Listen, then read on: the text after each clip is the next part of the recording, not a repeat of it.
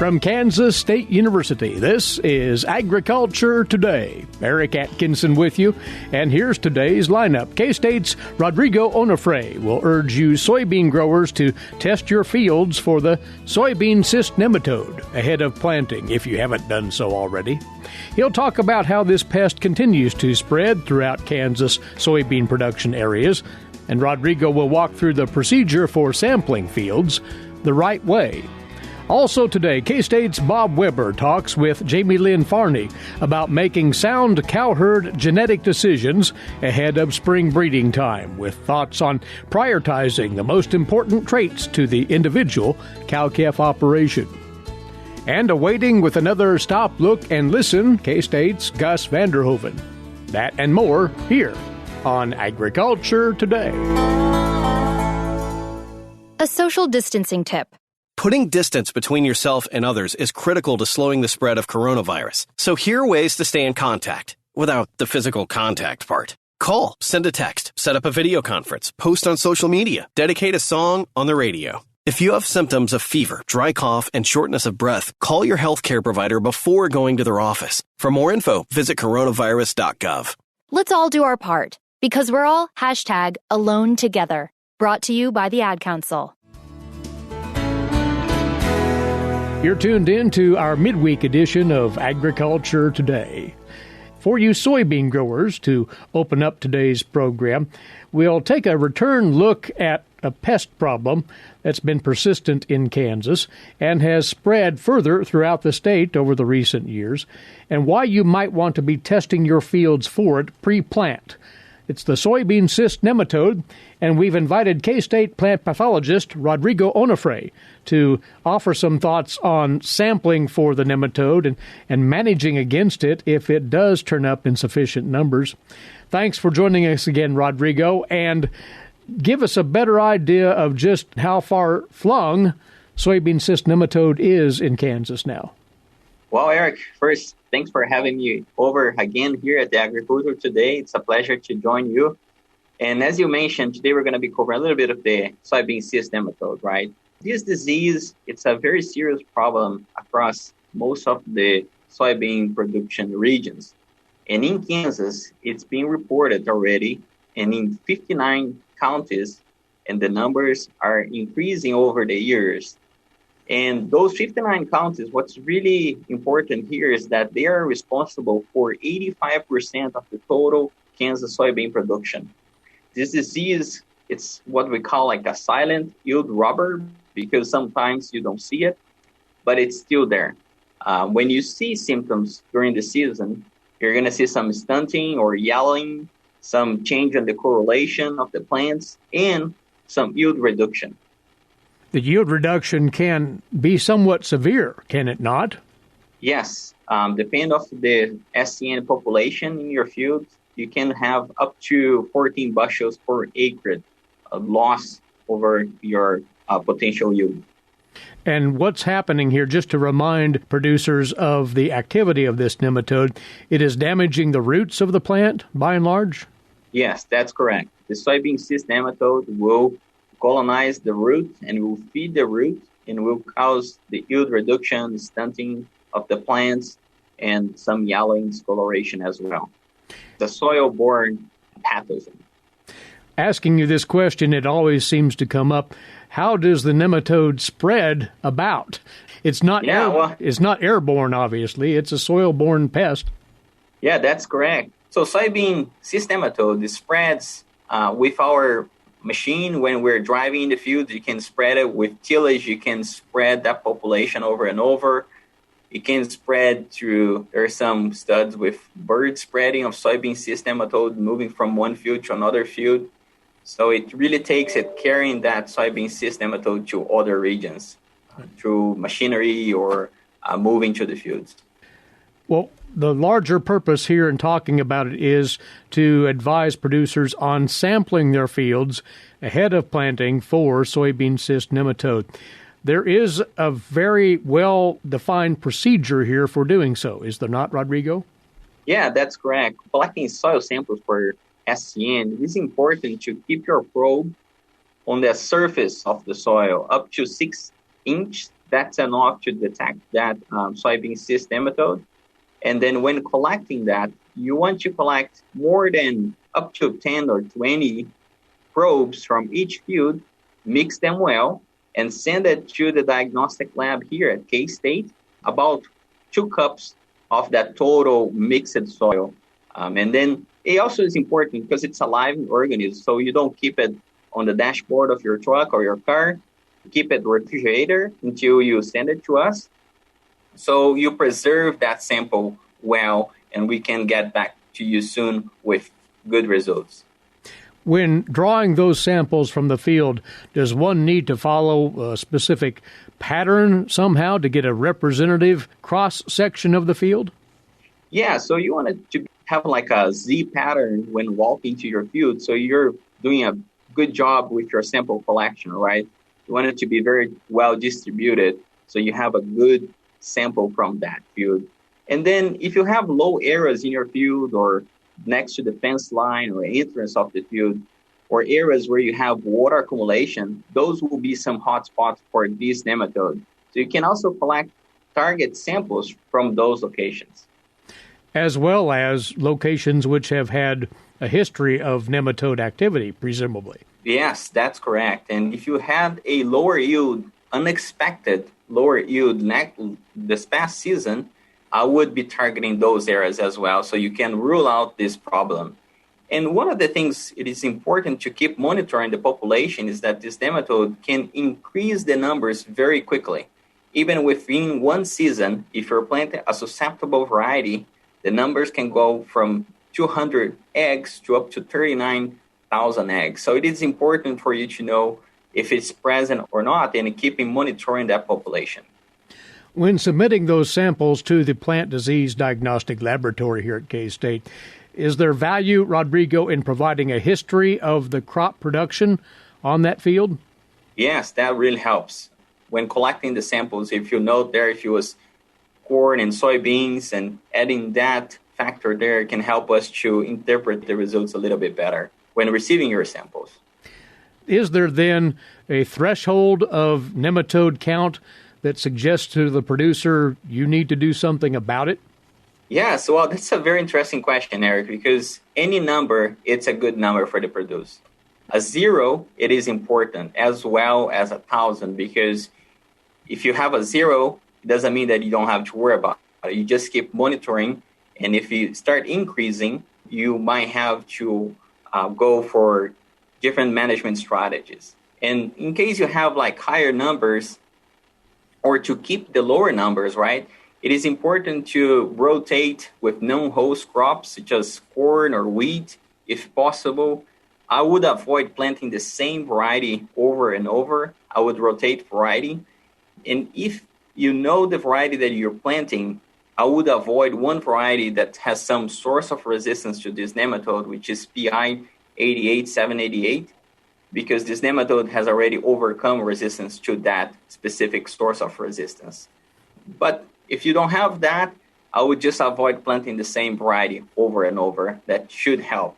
And if you have any question about it too, feel free to always contact myself here at K-State or your local crop agent. And most producers should know the resistance level of the variety they're intending to plant. But just to reiterate there, that's an essential part of the management. That's correct. That would really help them to know what they're planting.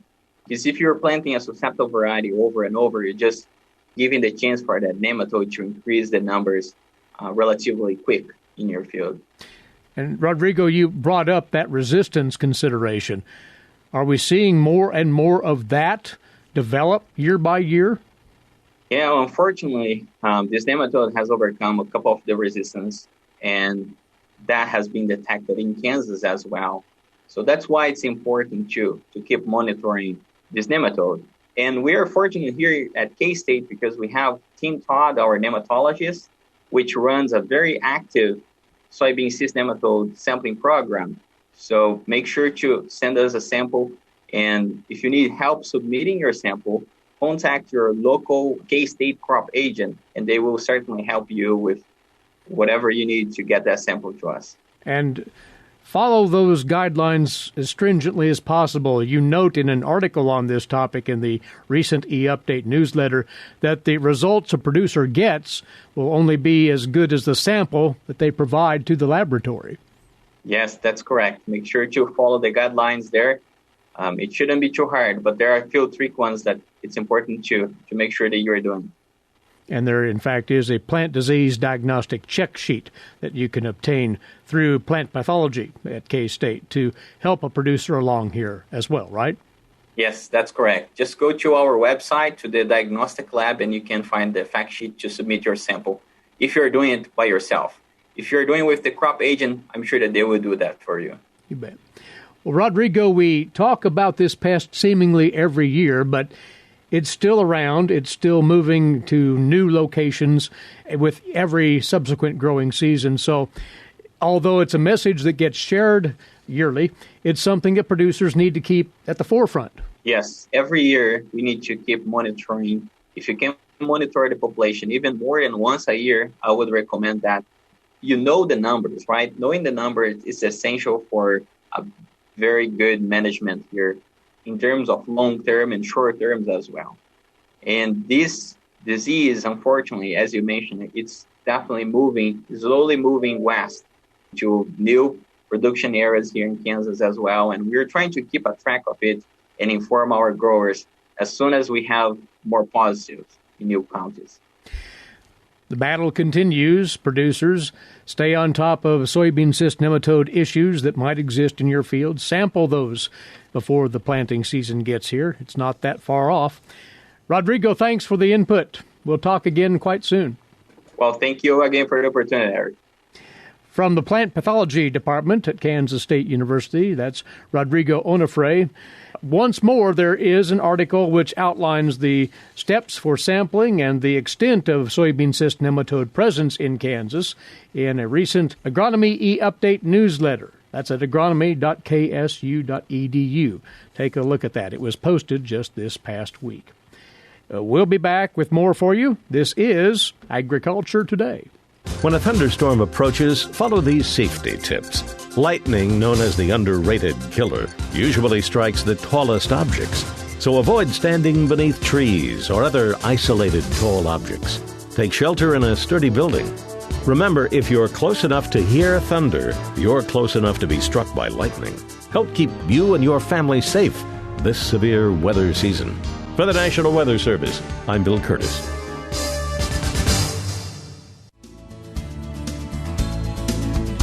Agriculture Today continues now, and for you cow-calf producers, more input on making genetic choices that'll guide the upcoming spring breeding season. It's the perpetual question, what traits to emphasize and to select for when assigning bulls to cows and heifers. There are certain foundational things to keep in mind, so contends K-State beef geneticist Bob Weaber, and he expressed several of those in a recent podcast hosted by K-State Beef Systems Specialist Jaymelynn Farney.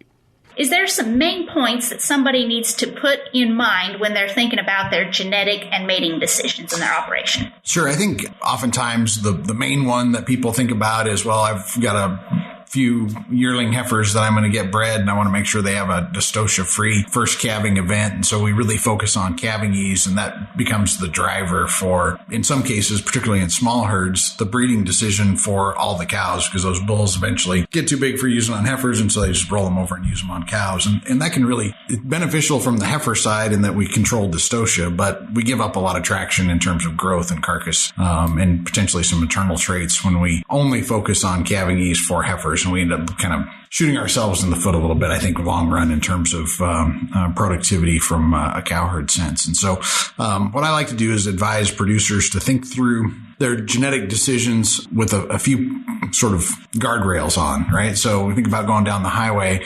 We want to make sure we don't get off in the ditch. And so that means keeping it kind of in the middle and thinking through decisions relative to marketing endpoint, And we'll talk kind of more about some strategies there, I think, here in a bit. And the other one is replacement females. So we know that if let's, for example, if we're selling calves at weaning time, calf weaning weight becomes what, as a geneticist, we call the economically relevant trait, right? It's the marketing endpoint that generates revenue, or ERTs more broadly either generate revenue or incur cost. And so when we have a market endpoint, it's a good place to align our selection strategy, because that gives us the best opportunity to make genetic improvement towards something that's economically important to profitability in our operation and have an opportunity to capture that value. I think one of the biggest challenges or mistakes that producers make is they select for a group of traits that are beyond their grasp to capture in their marketing situation. A great example is putting a lot of emphasis on end product traits. End product, no doubt, is really important to our business. It's where all the top line growth occurs in the beef industry. But as a cow-calf producer, if we sell calves at weaning time, that's where we don't get rewarded for carcass merit at weaning time directly, right? If we sell them traditionally at a local sale barn, the number of calves that we deliver and how much they weigh determines largely the magnitude of our paycheck.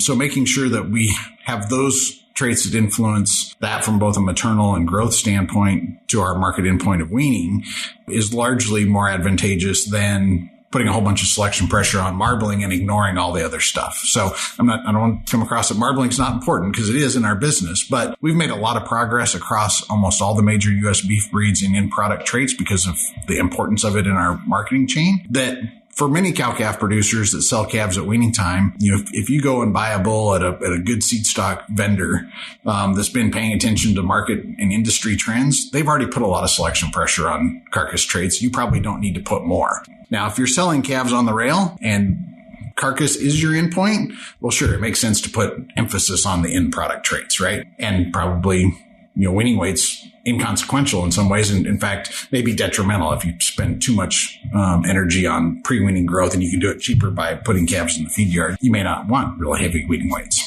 So, really thinking through the marketing endpoint, I think, is what I call the $500 an hour work. So sitting down and thinking about, for the next 5 to 10 years, what's my marketing situation look like for my cow-calf operation? Am I going to continue to sell calves at weaning time? Do I need opportunities to potentially retain ownership of those calves through a backgrounding phase or clear to harvest? Think through all that, because once you've got that marketing endpoint in place, if you couple that with your replacement female strategy, that really helps you focus on, 2, 3, 4 traits or a couple of selection indexes that really focus your selection on the things that mostly drive genetic improvement in your herd that are economically important. And that's, I think, helps simplify the selection decision. One of the things I hear a lot from producers is, breed associations push and seed stock breeders, a dozen or 2 dozen data points at me, as a bull buyer, and I got to make sense out of it. Well, you do need to make sense out of it, but you don't have to make sense out of all of it, right? Because not all of it's pertinent to your particular scenario or situation. So I encourage folks to, spend some time thinking through marketing endpoint replacement strategy, and then go have a conversation with your seed stock vendor, because, they work in that breed, whatever breed it is. They know the EPDs for that breed and can give you some really concrete advice on what traits to maybe focus on in their program, what their emphasis has been, so you can kind of be aware of, maybe some potential pitfalls or opportunities to place selection pressure in key spots. And you keep mentioning your seed stock. What if I'm just a plain old commercial cow-calf guy out there? Why do the EPDs even matter to me?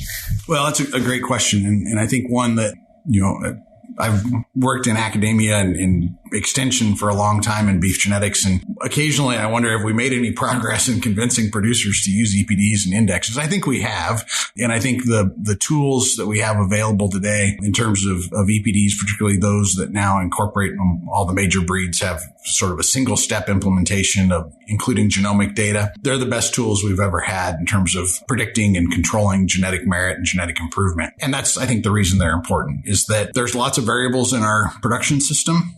And genetics is one that we can have influence and control over to some extent. Sometimes we get in the mentality of more is always better. And I think we've probably gotten to a spot, and I think EPDs get criticized a lot because producers have inadvertently selected for much larger cows, lots more lactation potential. And they've made the connection that, well, EPDs don't work because I'm in a jam now because I've got big cows that milk a lot and are poor body condition and so forth. And they say EPDs don't work, but that's actually evidence that the tool actually does work. And it's really important that we use the tool appropriately. And I use a lot of times, I've got a slide in almost all the EPD talks I give that says, EPDs can be used to increase, decrease, or optimize genetic potential in a trait. And it's important to know what it is that you're after, right? So continuing to select for bulls that are in the top 1% of the breed for yearling weight year over year over year is going to produce more and more yearling weight, which is genetically correlated to more and more mature cow weight. And so the fact that, we've made a decision focused on one trait and then there's a correlated response isn't any kind of evidence the tool doesn't work. It's actually quite the opposite. It's evidence the tool does work, and that it should give us motivation to think about, well, how do I actually optimize the genetic potential I need in my herd? And so, being willing to sort of sit down and think through your production scenario, where your cow herd is at in terms of breed genetic potential. So what kind of levels of performance do you have, and breed composition. So if you're in a system, commercial cow-calf producer using hybrid vigor and heterosis, how do I continue to make that work, which I think is really important, but takes a lot of planning and discipline to make happen. The, I guess, sort of end point of the why EPDs are important is that it gives us a point of control. And certainly there's a lot of traits. We think about weaning weight, for example, heritability is in the 30% range, which means 1/3 of the genetic variation is due to genetics. Across the population, 2/3 of it's due to environment. But if we flip that around and look at within herd variation, the realized heritability in herd is actually quite a bit higher than that, right? Because we provide the same environment to all the calves, more or less. There's differences in cow lactation and so forth, but it does provide us a way to control genetic potential. And I think even if EPDs aren't your primary mechanism for selection, ignoring them has a lot of risk, right? So we may think, well, the upside potential of using them is not that great, but think around to the other side of what's the cost or the risk of making a really bad genetic decision. So picking a bull, for example, that produces a whole bunch of daughters that don't milk. Okay. If we're seats or cow-calf producers selling calves at weaning time, we have a whole bunch of non-maternal cows. That's really expensive, right? And that's a mistake you're going to incur now, right? We make the selection decision now. 3 years from now, we've got the first daughters calved. We've got 2 calf crops behind that in the production chain. Actually 3 if we count the calves that are, depending where we're at in the breeding season, maybe in utero of the cows that are going to calve next season. We got a whole bunch of expense, right? If we decide we're going to cull all those females, that's 4 calf crops that we got to clean out. Well, culling cows before they age out of a system is a great way to go broke in the cow business, right? And so if you don't believe in EPDs, call me. I'll try and convince you. But in many ways, I think just the risk abatement of making sure we don't pick bulls that are dramatically outside where we need to be is a really good risk abatement strategy. Yes, and you've mentioned it a few times, and I want to reiterate this. The decision you're making today is going to impact you 5-10 years down the line. Yep, you're exactly right. The bull that we turn out this spring, we're going to live with the daughters and granddaughters for the next 2 decades. We can incur damage to the genetic potential of our cow herd very quickly and take, a fair period of time to figure out we messed it up, and then a decade or 2 to fix it, right? And so I tend to think of, let's do all we can to sort of manage the risk and put us on a trajectory of progress, but primarily avoid making a big mistake in genetic selection. K-State's Bob Weaber and Jaymelynn Farney there. Catch the entire podcast on beef genetic decision-making for spring breeding by simply searching for Dr. J's Beef. And this is Agriculture Today. With the shortage of primary care physicians, especially in rural areas, health education and disease prevention are vital. K-State research and extension programs address quality of life, personal development, and health behaviors across all life stages of all social economic groups. To learn more about health education, one of K-State Research and Extension's 5 grand challenges, visit www.ksre.ksu.edu.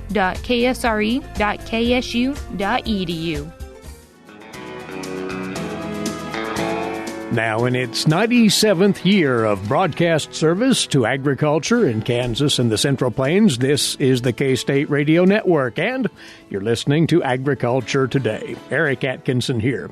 Next order of business, today's agricultural news headlines, these courtesy in part of DTN. Well, the USDA has announced that with the updates to the Coronavirus Food Assistance Program, sign-up for CFAP-2 restarted this past Monday and will run at least 60 days. CFAP updates include an increase in CFAP-1 payments for cattle, which will now total more than $1.1 billion for over 410,000 producers, an additional CFAP-2 payment of $20 per acre for producers of eligible flat rate or price-triggered crops will total more than $4.5 billion to over 560,000 producers. Now, the USDA says it will also process eligible payments for CFAP additional assistance and will finalize the routine decisions and the minor formula adjustment on applications and then begin processing payments for certain applications filed for the program. And the department also said it would earmark at least $6 billion for new programs using funding from the Consolidated Appropriations Act approved in December. However, the agency did not detail yet what form that assistance will take beyond that broad list of commodities and other areas the program will address via the pandemic assistance for producers. The assistance is also expected to come for biofuel producers who have so far not been deemed eligible for any of this USDA assistance. This year's first national topsoil moisture report from the USDA shows dry conditions in many areas of the country. Here's more on that from the USDA's Stephanie Ho. USDA meteorologist Brad Rippey has the first look at topsoil moisture for the 2021 season. We're starting off this year in a pretty dry condition. If you look at the nation as a whole, we see topsoil moisture rated very short to short, 35% nationally, more than one-third of the country, and just 8% surplus. He compares this to the same time last year. When we had almost numbers flipped in a way, we saw just 8% very short to short in early April 2020 and 26% surplus. So much drier compared to 1 year ago, spring of 2020, on a national scale. He says most of the surplus numbers are in the southeastern part of the country. But for the vast majority of the country, we are looking at those drier conditions. And North Dakota coming in at the top of the list for topsoil moisture rated very short to short. 92% is the number there. This is Stephanie Ho for the U.S. Department of Agriculture in Washington, D.C. State legislation in Indiana that would place a warning label on E15 fuel pumps is drawing outrage from a group of ethanol producers in that state and a national ethanol group who've asked Indiana Republican Governor Eric Holcomb to veto that measure. The Indiana E15 label would include the language, quoting here, "Attention E15, check owner's manual for compatibility and warranty requirements," or a similar statement approved by the EPA if that bill becomes law.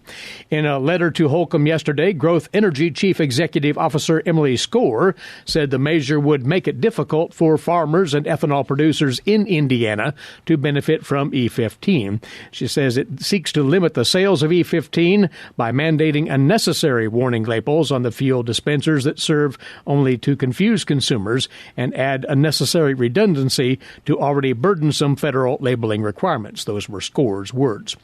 Now, in a letter to Holcomb on April the 1st, 9 ethanol plant officials in that state said the measure should be vetoed because the agricultural sector in Indiana needs an economic boost. That letter was signed by officials from the Andersons, Cardinal Ethanol, CIE, Green Plains Incorporated, Iroquois Bioenergy Company, and Poet, LLC.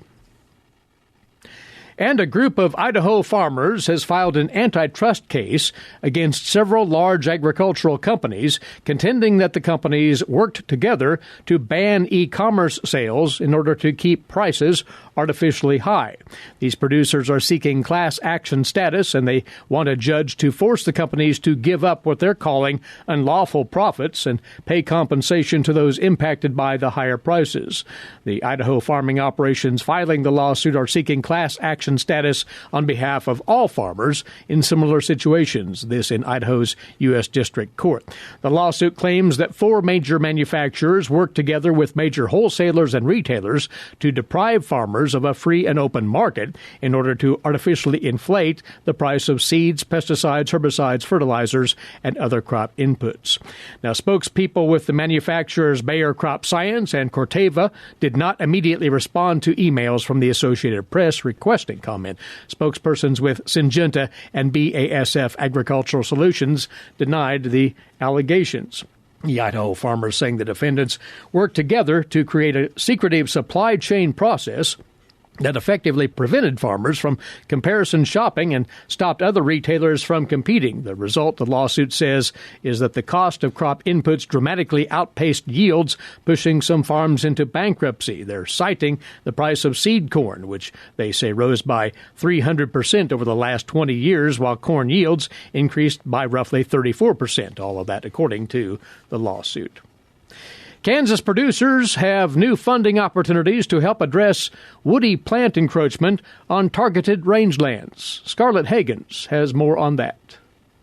The initiative focuses on early prevention strategies and makes producers in targeted rangelands eligible to receive Environmental Quality Incentives Program funding to help control woody plants. Core grasslands include areas within the Flint Hills, Gypsum Hills, and Smoky Hills regions of Kansas. Woody plant encroachment puts pressure on working rangelands by decreasing livestock production and increasing wildfire risk, as well as harming grassland biodiversity and increasing threat to animal species living in this biome.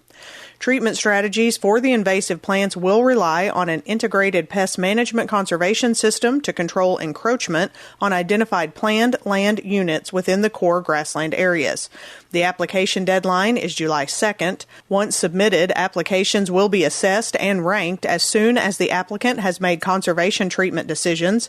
The ranking system is designed to prioritize funds for landscapes with less than 10% coverage of woody plant species. Based on fund availability, applications with a ranking score of 30 points or greater will be pre-approved, allowing for immediate enrollment into an EQIP contract. Those with scores less than 30 points will be financed in ranking order as funding allows. For more information or to acquire an application, contact your local Natural Resources Conservation Service office. I'm Scarlett Hagens. And those are the headlines from today's agricultural news page. We'll be back. You're listening to Agriculture Today. Burning prairie grass is essential for Flint Hills ranchers. Following grazing and burning best practices can ensure that the prairie remains intact while not smoking out downwind neighbors. The Kansas Flint Hills Smoke Management Plan helps guide prescribed burning on prairie land. To learn more, visit www.ksfire.org. Again, that's www.ksfire.org. This is Agriculture Today.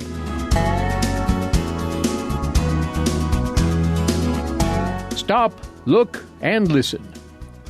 It's all there, hidden under the asphalt and concrete. That's Gus Vanderhoeven of Kansas State University with comment on life in rural Kansas. Coming from the east to Kansas, you drive I-70. And as you get closer, the two parallel roads on each side show more billboards and businesses. It's not a very attractive section of I-70.